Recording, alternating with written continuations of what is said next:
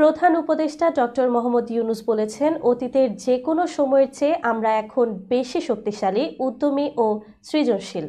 বৃহস্পতিবার রাজধানীর ওসমানী স্মৃতি মিলনায়তনে ২১শে পদক ২০২৫ প্রদান অনুষ্ঠানে তিনি এ মন্তব্য করেন। ডক্টর ইউনূস বলেন, বর্তমান প্রজন্মের স্বপ্ন অতীতের তুলনায় অনেক বেশি দুঃসাহসী। তারা শুধু নতুন বাংলাদেশি নয়, বরং নতুন পৃথিবী গড়ার স্বপ্ন দেখছে এবং সেই আত্মবিশ্বাস নিয়ে এগিয়ে যাচ্ছে। প্রধান উপদেষ্টা আরও বলেন, আমাদের তরুণরা নতুন সভ্যতা তৈরির নেতৃত্ব দিতে প্রস্তুত। তারা ঘুণে ধরা আত্মবিনাশী সভ্যতার শৃঙ্খল ভেঙে নিজেদের স্বপ্নের নতুন সমাজ গঠনের দিকে এগিয়ে যাচ্ছে। ছেলে মেয়ে নির্বিশেষে সবাই এই পরিবর্তনের অংশ হতে চায়।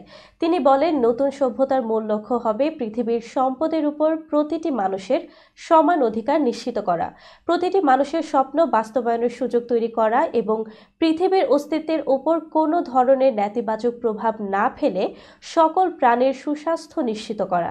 ডক্টর ইউনূস আরও বলেন, আমাদের দায়িত্ব হলো তরুণদের এই স্বপ্ন পূরণের পথ তৈরি করে দেয়া, যাতে তারা ভবিষ্যতের জন্য একটি টেকসই ও মানবিক সমাজ গড়ে তুলতে পারে।